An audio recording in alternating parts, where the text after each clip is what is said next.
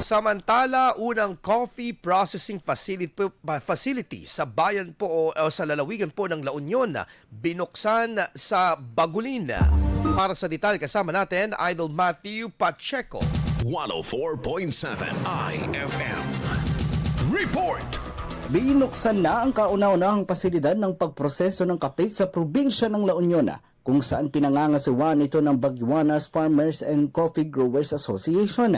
Ang 78 metrong kwadradong pasilidad ay pinondohan ng higit 2 milyong piso mula sa Republic Act 7171. Sinimula ng konstruksyon noong Nobyembre 2024 at natapos noong Mayo 2025.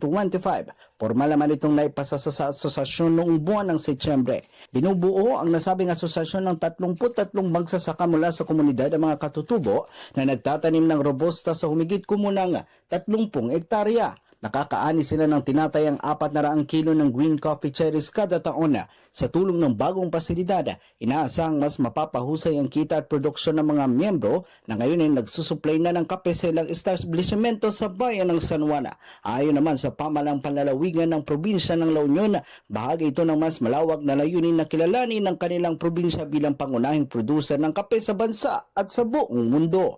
Kasama mo mula rito sa IFM Dagupan, ito si Idol Matthew Pacheco. Tatak IFM. IFM News. IFM News. IFM News.